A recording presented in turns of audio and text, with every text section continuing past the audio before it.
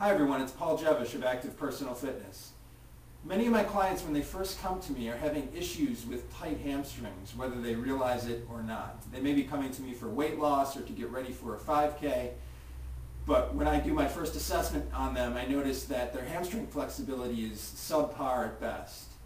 And that lack of flexibility in their hamstrings, although that may not be something that they're noticing on a daily basis, is definitely affecting their day-to-day movements, and it's preventing the muscle from being its optimal strength.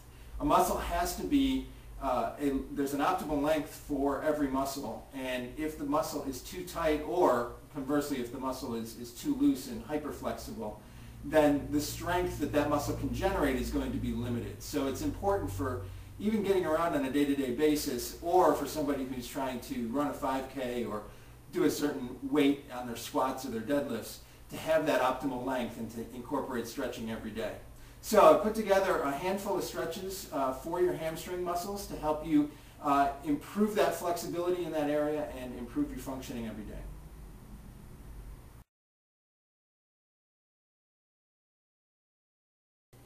Before we start, it's important for you to understand that your stretching exercises, the static stretching that I'm going to show you now, should be done at the end of your workout. There are dynamic warm-up activities that you can do at the beginning of your workout to get your muscles warm and loosened up and ready for activity, but you should reserve your static stretching for after the workout. When your muscles are cold at the beginning of the workout, these types of static stretches are not shown to be particularly useful in preventing injuries.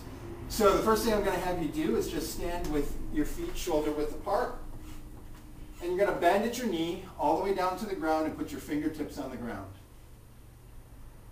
And at that point in time, pushing your heels into the ground, I want you to raise your hips up, straightening your legs at the knee, keeping bent at the waist, trying to keep your back as straight as you can, and push up as far as you can go,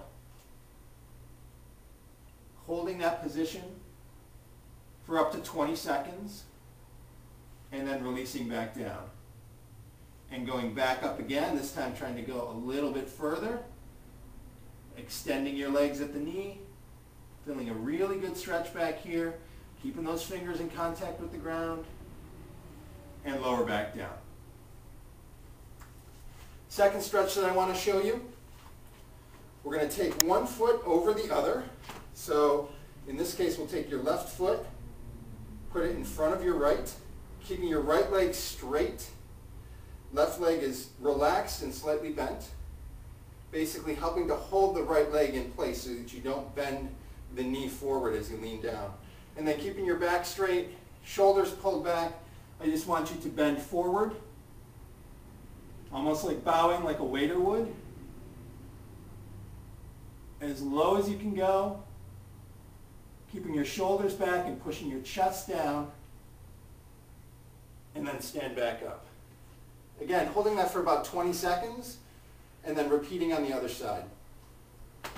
One of the common problems I see with people when they are doing hamstring stretches on their own is that they'll bend forward not only at the waist, but they'll also roll their back forward.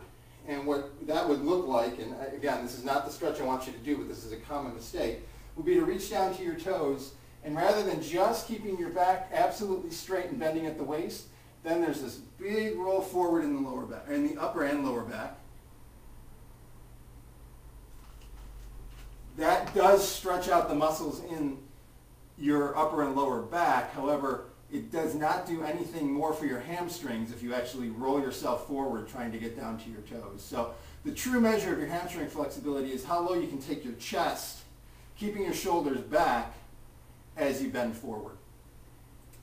We're going to finish off with a stretch for your inner thigh. So the hamstring muscles are a group of muscles on the back side of your thigh, and the muscles on the inner thigh can also become tight if they're not used and stretched properly, especially for folks who are cyclists and runners and are generally moving in a straight pattern, not side to side. So we're going to have you straddle about double shoulder width with your feet apart, keeping one leg straight and doing what essentially is a lateral lunge, bending this right knee, keeping the left knee straight and the left foot down on the ground.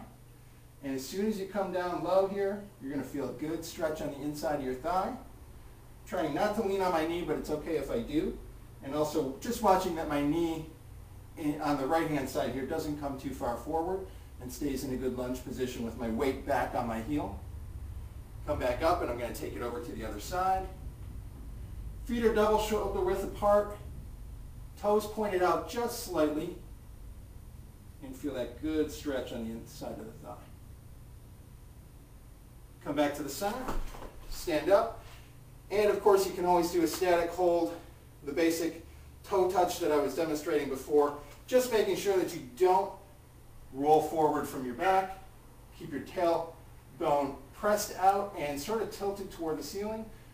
Keep your legs straight and just keep leaning forward. Do those stretches after every workout if you're experiencing tight hamstrings, and they're going to get better. You'll get faster and stronger along the way. Again, this is Dziewisz with Active Personal Fitness. I look forward to seeing you at the website soon.